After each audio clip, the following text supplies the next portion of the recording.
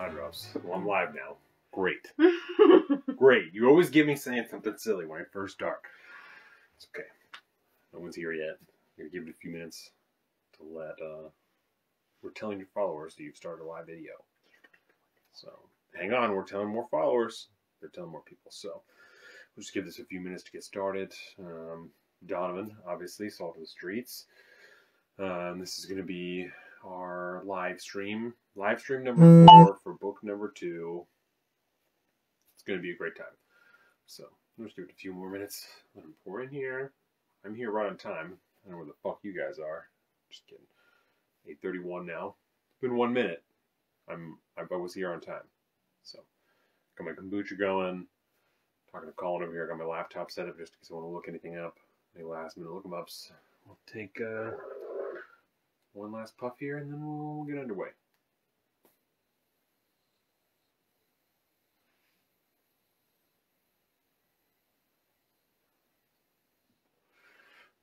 Don't do drugs. Pretty sure I have to say that for Instagram. So, hello, sir. Will you put this on the charger for me, please? Or even, we bring a charger over here for me, please. Okay, so we'll get this going. Even if it's just Colin, we'll be here. This is live stream Puff Puff Now at book time. Exactly. We're going to book it up. So what we're going to do for the next roughly 20 minutes. Live stream number 4, technically, for this book. It's number 1. This is our March book, The Indifferent Stars Above by Daniel James Brown. This is a fantastic book. We're going to be completely candid here. I may or may not have already finished this entire book. Who knows? But, sorry, I'm trying to plug something in here. Let's see. Got this. Can do it. Maybe. Oh. Maybe if we weren't trying to plug it into a fucking HDMI port, guys. Okay. Okay. Start this over. We're out here. Live stream number 4. Book number 2. The Indifferent Stars Above by Daniel James Brown. This is a fantastic book. I may or may not have finished the entire thing. But I am on a second read now. This live stream is going to cover pages 1 through 90 because it's the 10th, right? Today is the 10th still, yes. 9 pages a day like we talked about roughly. And it just so happens to be that on page 93 is chapter 6. So we're actually just going to go through chapter 6, which is up to Salt, Sage, and Blood. That's what chapter 6 is called. That's right. So this book is incredible. We talked in the review preview that I didn't really know that much about the Donner Party before I started reading this book. So the first 40 pages or so I found to be a little bit dry. Not dry, very detailed, which is not necessarily a bad thing, but there's a lot of background information about the people and the place that they're from. And so if you don't like history, which I do, if you don't like history, it may not immediately grab you. But it only took me about that long until I was fully sold.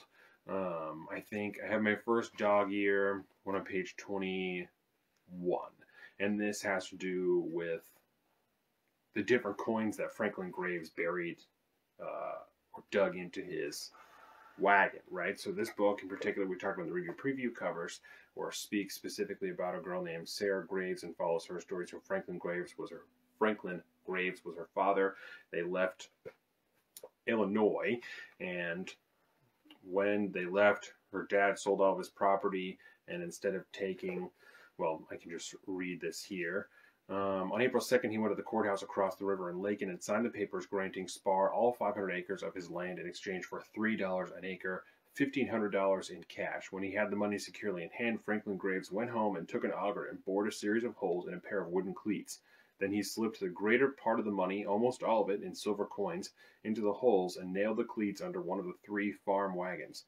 Looking at them, no one would know that the cleats had any purpose other than supporting the wagon. The coins within the cleats, a very substantial nest egg for a frontier family of the 1840s, were of various currencies: Mexican pesos, French 5-franc pieces, U.S. half-dollars, Spanish dollars, a Bolivian dollar, and a Saxon 5-mark piece. So that's one of the reasons that I marked it, because I thought it was so interesting. The detail's so fine. 1 Bolivian dollar and a Saxon 5-mark piece. Just one of those two things. Very interesting. Why? I don't know, but I find that very, very interesting. So Franklin Graves put all of this money, it's wild as shit, right? And so, yeah, he stashed it in there, some dating as far back as 1806, so this was roughly 1840 when this was happening, and neither Franklin Graves nor anyone else on the Illinois frontier was fool enough to take government paper money in exchange for land. With California beckoning and a cache of silver hidden in his wagon, he must have felt as if the whole world were finally going his way. So, at that point, real estate and land was worth so much more in reality than government paper money was, that people weren't even willing to use it in like legitimate transactions. Unless you're going to give me a piece of silver, a legitimate piece of something that I can bite or send or melt down and turn into something else, then I'm not interested. I find that very interesting. I like it. Let's see more of that. Let's go back to some things, money based on things, instead of the government telling you this is what it's worth. Side note, now the government is trying to start a fucking cryptocurrency. Joe Biden is like, yeah, I want to start a US dollar-backed cryptocurrency. What's the fucking difference between that and the US dollar? Nothing. Nothing. They can decide at any point. It completely defeats the purpose of cryptocurrency. So, outside of that, we will continue. This is... Okay, so this is a piece that I have read on the podcast already, and I'm going to read to you again now because it would Joe Coin, baby, that's what Colin says. So I'm going to read this section here again because it's one of my favorite parts about the entire book, and it's inspired us to potentially name our child after this man. So this is a part about a man named Reason Penelope Tucker, right? So let's see here. Reason Penelope Tucker and his sons, like Franklin Graves, M.D. Ritchie, and John Stark, Reason Tucker was a large, framed man. Gentle and soft-spoken, he wore his beard, as was popular at the time, and a fringe around his clean-shaven face. A Virginian born of Scottish parents. In the review preview, I said he was Irish, so I'm going to correct myself right now. Born of Scottish parents. He had been married and widowed once already and now found himself a bachelor again as his second wife refused to follow him west. Traveling with him, though, were his three oldest boys, John Wesley, Stephen, and George Washington. Obviously not the George Washington because this was 1840. All three of these families, the Tuckers, the Ritchies, and the Starks, and most of the others that gathered by the Missouri that third week in May, had much in common with the Graves family and with one another. Whether their ancestors first stepped ashore on the rich tidelands of Virginia or the stony shores of New England, they were almost all children and grandchildren of men who had fought in the American Revolution.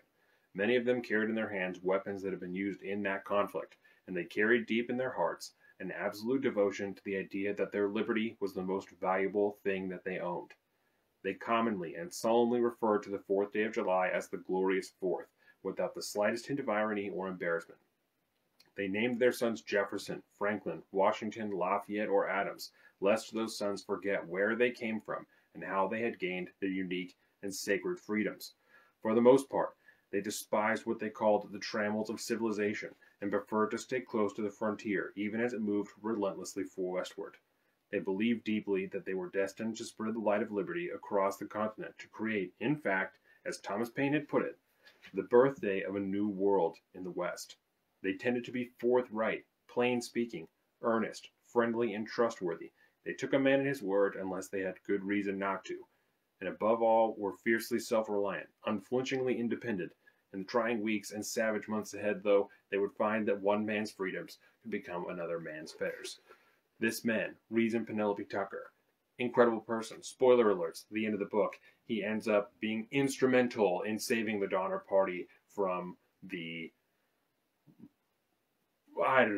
chaos. I don't even know how to accurately try and surmise what they experienced. Thank you again for you guys for joining us. So not only do I love the way that Reason Tucker was described, right, as a fucking patriot if there ever was one, a lot of those things are characteristics that I obviously would like to align with myself and with Colin and with his show, very liberty-minded. I would like to think that people can take me at my word unless they have good reason not to. I try and take people at their word unless I have reason not to. So I appreciate this.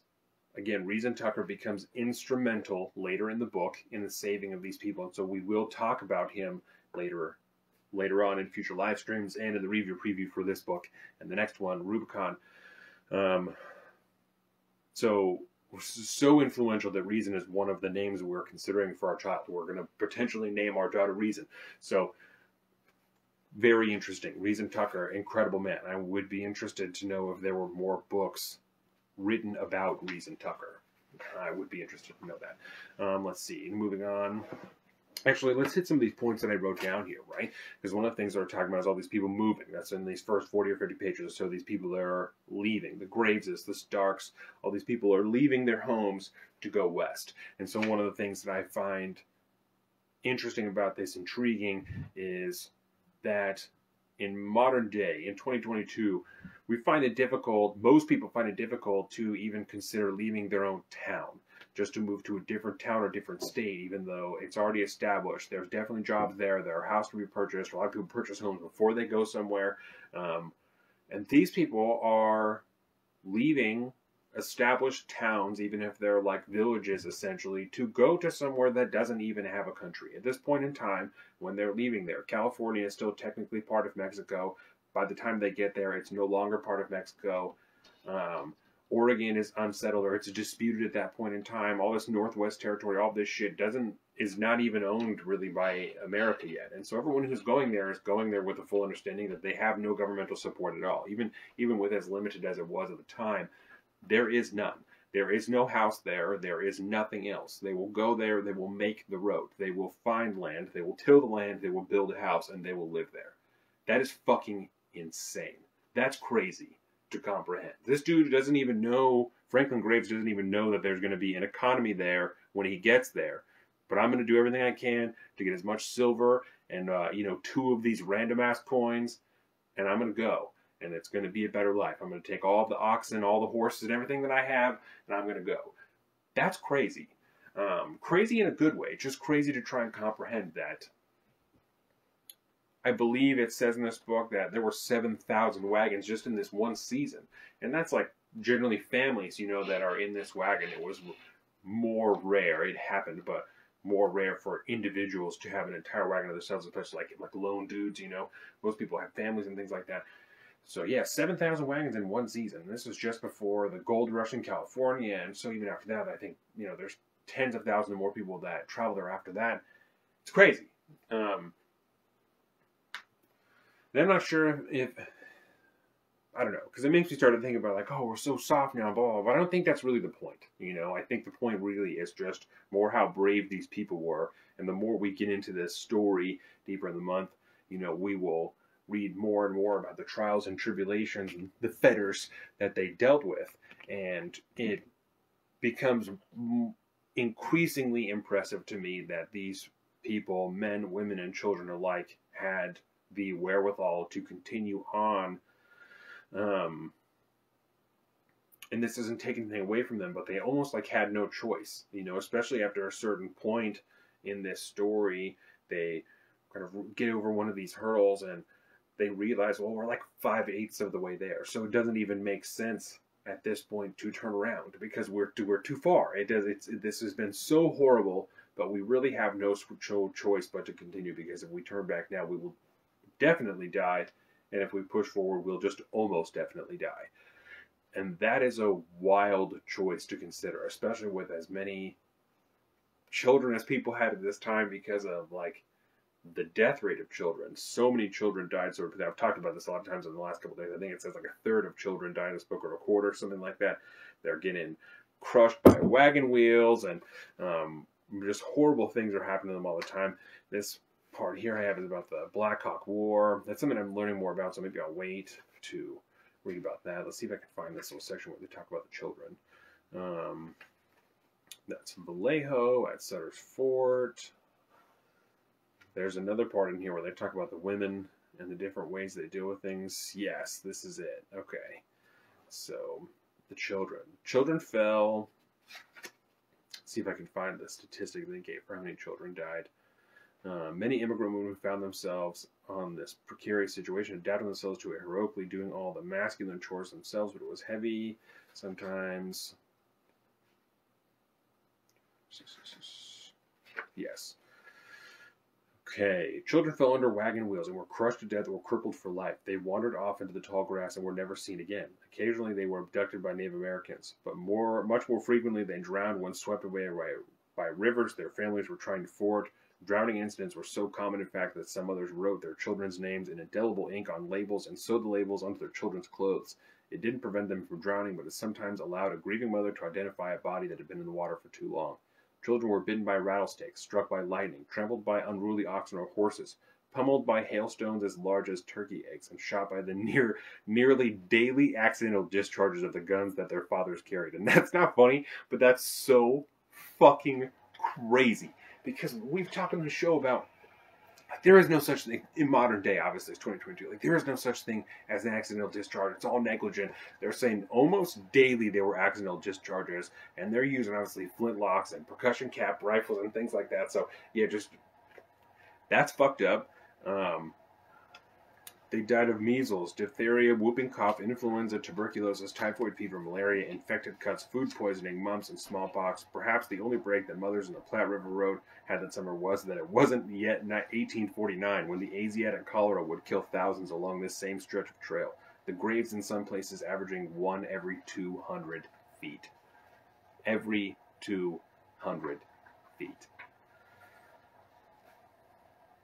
That's crazy. And this is a section talking about women, because I do want to take a moment to talk about women, give women a quick shout out, because I've got to find a different word other than crazy, but that's all that I can think of because it's so difficult for me to comprehend. But this particular part here, the greatest fear that widowed mothers shared, though, was that they themselves would die and leave their children orphaned on the trail. Usually other mothers took such orphans in. One woman, Margaret Inman, walked 500 miles with an orphaned newborn in her arms, searching out nursing mothers who would offer the infant their breasts each night and morning. But as the immigrants got farther west and every aspect of life on the trail got harder, attitudes also hardened. When both got hard enough, nobody could count on compassion. It didn't happen often, but more than once during the immigration years of the late 1840s and early 1850s. Women who did not own or could not drive wagons were simply left behind as their companions moved on over the horizon. It happened to a young woman named Polly Owen White. When her husband died, the family for whom he had been working refused to take her any farther without some form of payment. When she couldn't produce it, they left her and her baby girl sitting by the side of the road. Eventually they were picked up by another family and made it to Oregon, where Polly remarried and went on to bear, improbably, 4 sets of twins. But everyone knew that under extreme circumstances, individuals would look out for first themselves and their family members, and that abandonment of the old, the ill, the lame, and the helpless, or the dependent, was always a possibility. So, this leads me to wanting to talk about women, right? Because there's another part in here where they're talking about sex in the 1840s, and let's see, I'll get to like some of the more details about it because I thought they were so hilarious again for the time. Paternalistic world, wagon trail, villages, farmsteads. Okay, so this is talking about how women got the information to try and prevent pregnancy because the world was so paternalistic. They talked of pessaries and syringes and sponges. They exchanged formulas for herbal concoctions that might or might not alleviate female problems. They drew on knowledge that their mothers and grandmothers had shared with them when they were themselves first pulled into similar circles of women in their villages back home. Much of the knowledge was wrong, some of it dangerously so, but it was what they had to work with. The option for trying to avoid pregnancy in the first place was particularly limited. Condoms in the 1840s were still handmade of sheep gut. What the fuck? Who even thought of that? Nope, we're going to look it up. Who invented the condom? Because who does that? Who takes part of a sheep's gut? I'm going to put this on my penis, and I'm going to use it for protection. That seems insane. So, let's find out. Let's learn something together. Who invented the condom?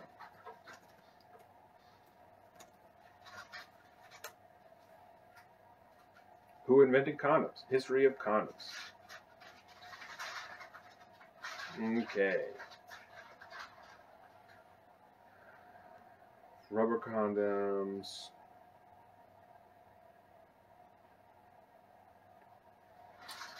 Societies in the ancient civilizations of Egypt, Greece, and Rome preferred small families and known to practice a variety of birth control methods. Women's responsibility.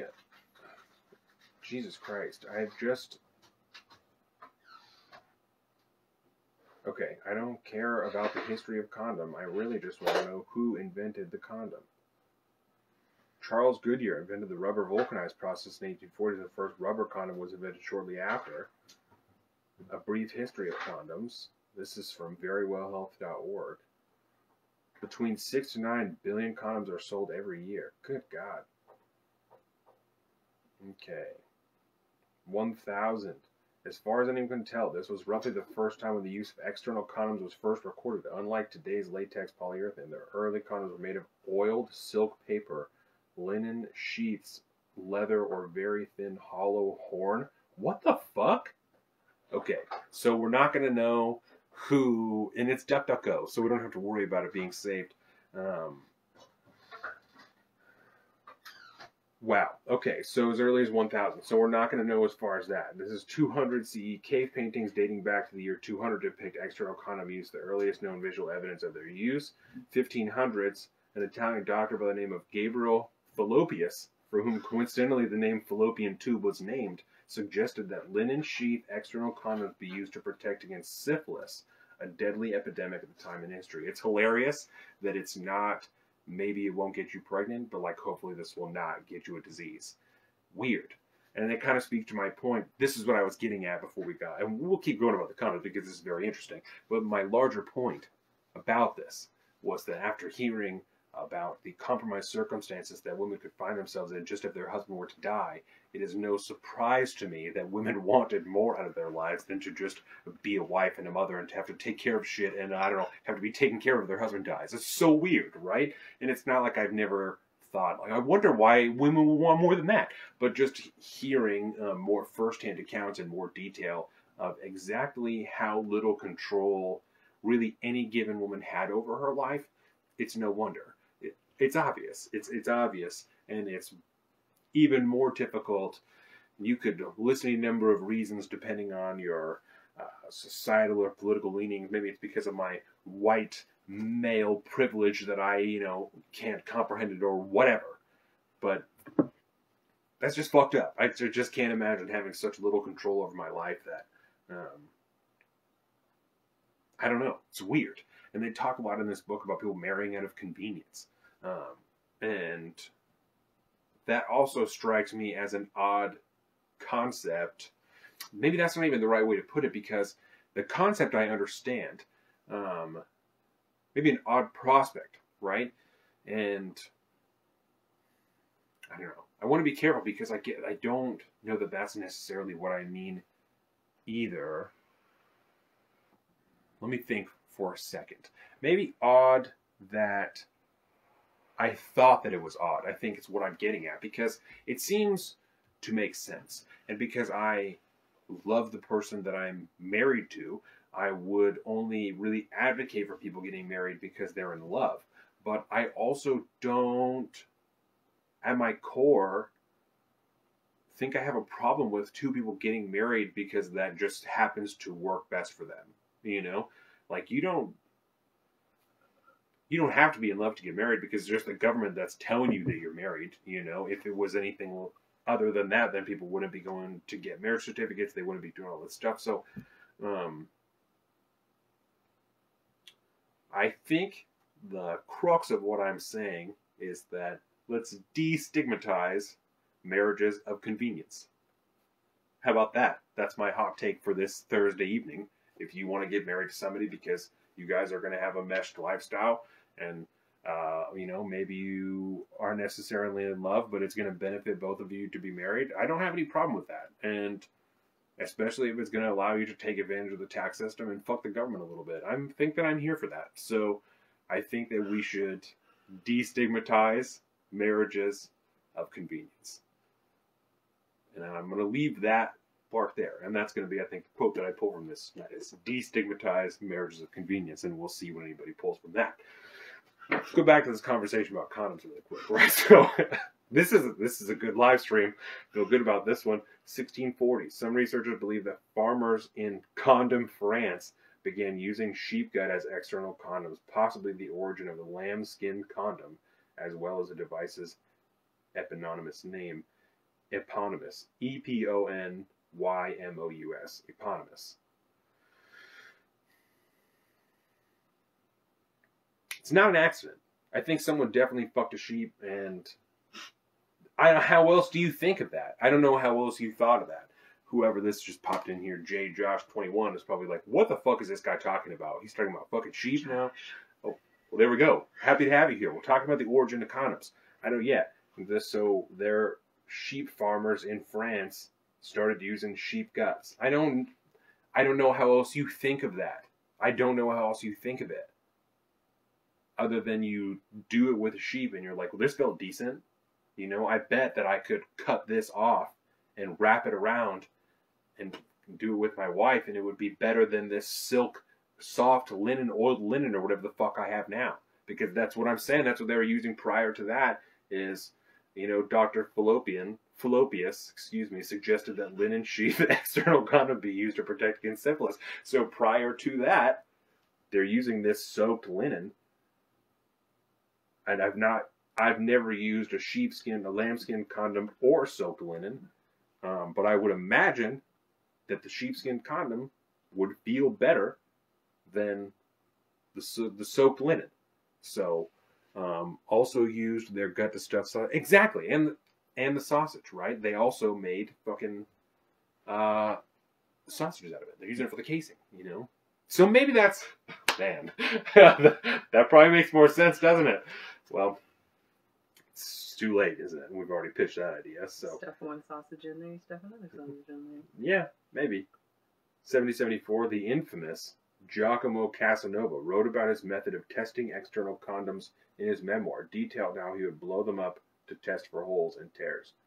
Gross. These ones in this book that I was reading about were saying that I'm so smart, I'm so fucking stupid. You know what I'm saying? That I'm like, oh, this guy's probably definitely fucking a sheep. Well, at the same time, I'm making sausage for like probably decades, and that probably makes more sense. But people fuck sheep now. I think someone definitely fucked a sheep. They had to be involved in the process somehow. There's no way that that wasn't involved. Yes, 100%. I'm interested in what you guys think. I don't see how it's not involved in the process somehow. Point being, right? In this book, what they're talking about, these sheepskin condoms, but they had to be washed out and reused. Still handmade of sheep gut. As a consequence, they were expensive and had to be carefully washed, dried, and cared for between uses. Few men had the patience for such things, so country women seldom saw them. It's hilarious. It's hilarious how fucked up it is. You know what I'm saying? I don't know how else to... It's hilarious. There's no other way to describe it. Married women like Sarah sometimes tried to time their sexual encounters to avoid their most fertile periods, but the men were frequently unaccommodating in that regard. It's like funny how flowery the language has to be because they're married and they're like, well, at the time, like they kind of signed up for it because they knew what they were getting into, but it doesn't justify it. It's just it's very interesting to read about, you know? Again, as a heterosexual white male, I'm privileged. I don't think about these things, you know, but here we are reading this Donner Party book about eating people, and I'm thinking about women's rights. So something good is coming out of this, and you know, let's just be happy for that. So let's see. And even when their men cooperated, the women's own understanding of their biology behind their cycles was sketchy at best and fundamentally flawed at worst, often causing them to have sex during what were in fact their most fertile times. So they tried other things. They cut sponges into small pieces, attached ribbons to them, moistened them with water or with mixtures they thought would be spermicidal, and inserted them prior to sex. Afterward, they douched with fluids of all sorts, anything that they thought might kill or immobilize the animalcules. That's in quotes, animalcules. I don't know what that word means. We're going to look up that next. That brought on pregnancy. Many of the douching mixtures were made from common ingredients, vinegar and baking soda in particular. Hilarious. That is hilarious. fucking kindergarten volcano out of a vagina. That is hilarious. Others were more exotic herbal concoctions of chemical solutions made with sulfate of zinc, boric acid, bichloride of mercury, or carbolic acid. To the extent that they changed the pH of the vagina, some of these may have been minimally effective, but as often as not, the application of the douche simply had the effect of forcing the sperm deeper into the vagina, closer to the cervix, into the ovum, making you thus more likely to become pregnant. For those of you who didn't pay attention in 5th and 6th grade. What was the book that Amicule book, the word. Amicule. Amicule's inventory, Amicule dictionary.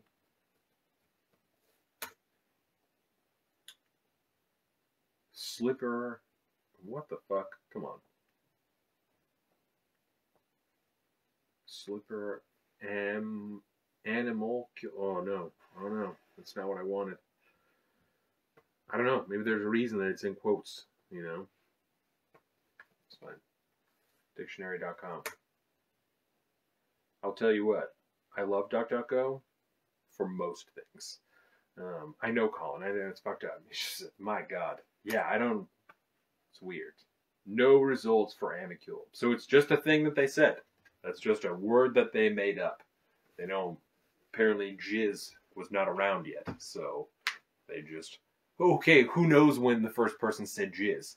It might have been in fucking 1500 BCE or whatever the fuck, that first person who fucked with the soaked linen. So, who knows? Okay, let's keep going. Jordan's over here distracting me.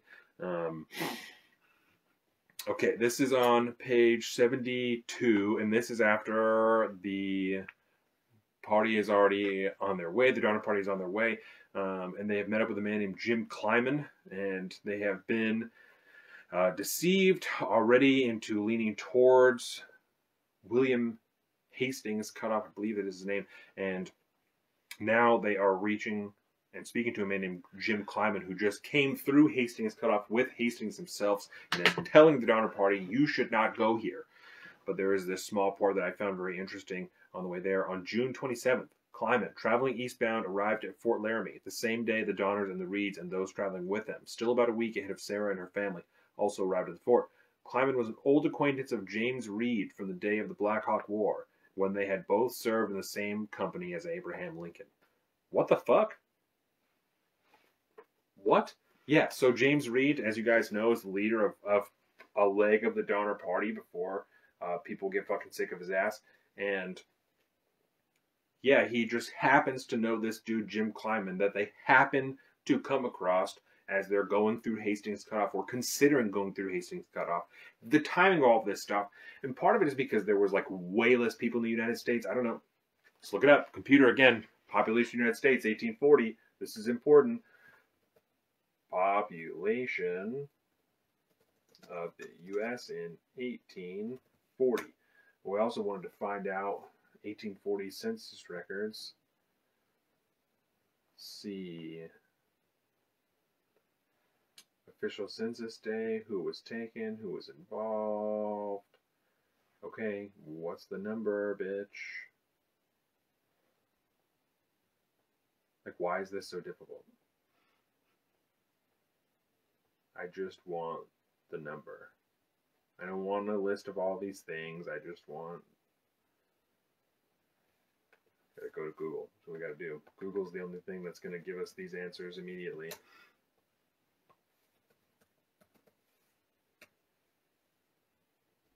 Google.com.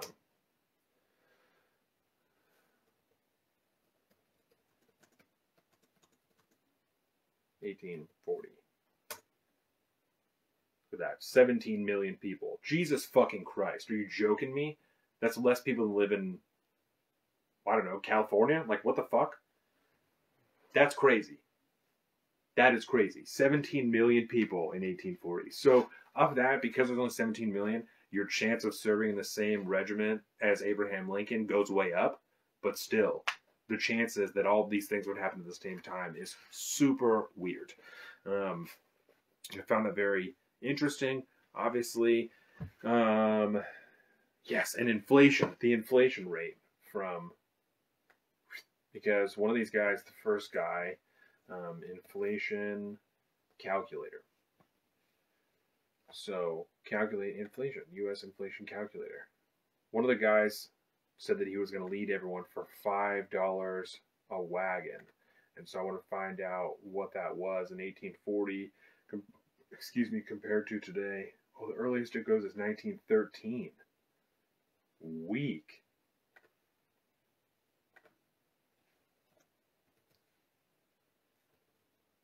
Calculator, 1840.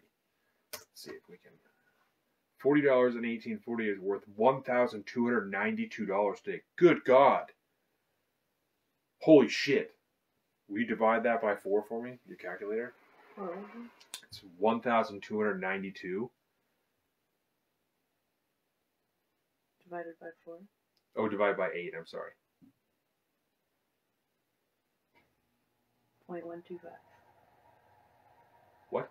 Oh, I did a decimal.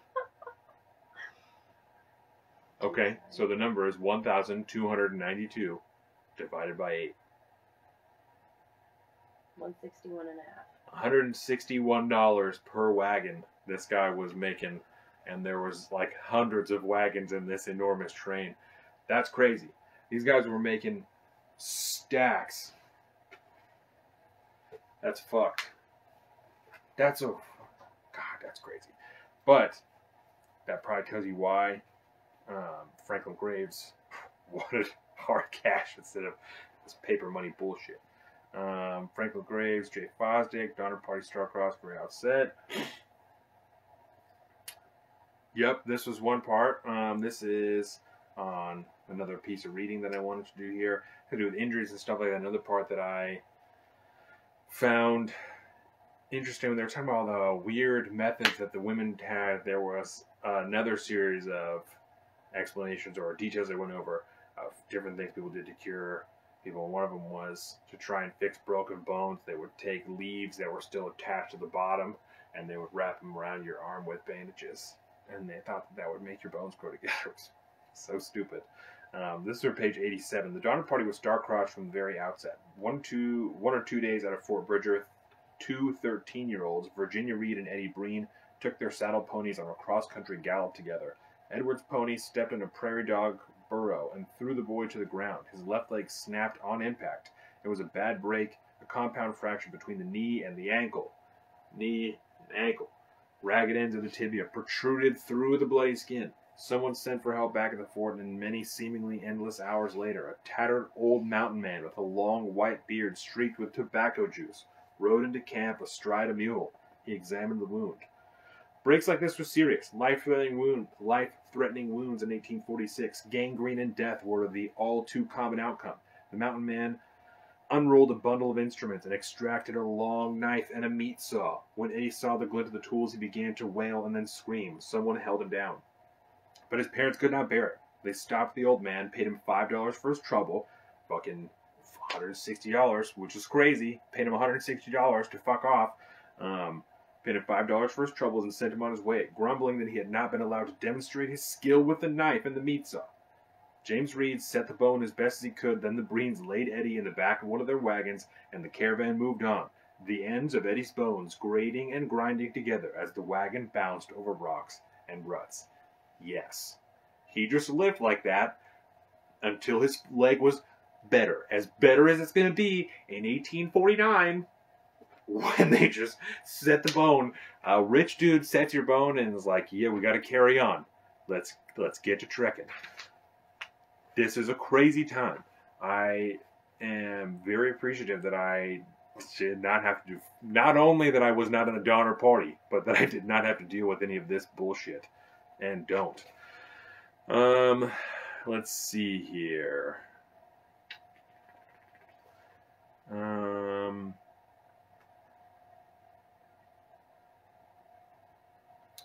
It's the death, the coffin. I'm trying to find out what I was trying to read there. I think that's the last piece of reading that I have there, because now we are in Sage, Salt, and Blood.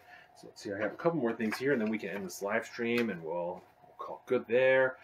Stupid Medicine, page number 64, not hard to see why I wouldn't want it more. Number 65, Daily Negligible Discharges. So that's it. That's it. That's all we have. I'm done. I just killed the whole thing. Smashed the whole live stream. Done. We just killed that. So, excuse me. This was the live stream. Of course, fucking longer than I wanted it to be, but we learned a lot about condoms and inflation and different things. So I think that this was beneficial for everyone here today.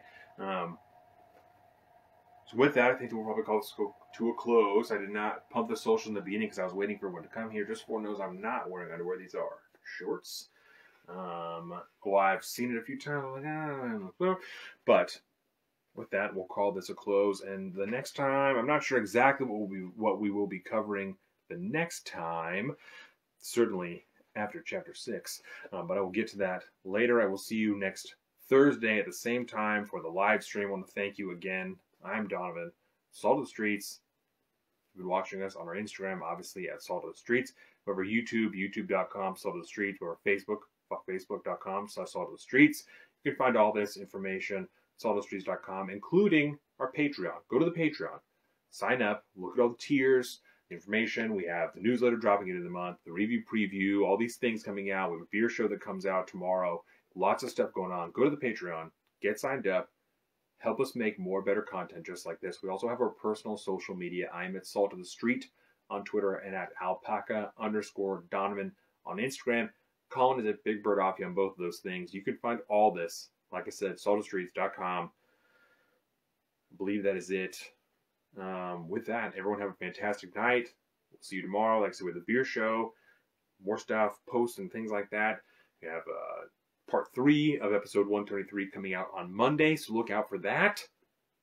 That's it. I'm done. You guys have a good night. Welcome to the Salt of the Streets, coming at you every week with this food for thought. Hope you ready to eat everything.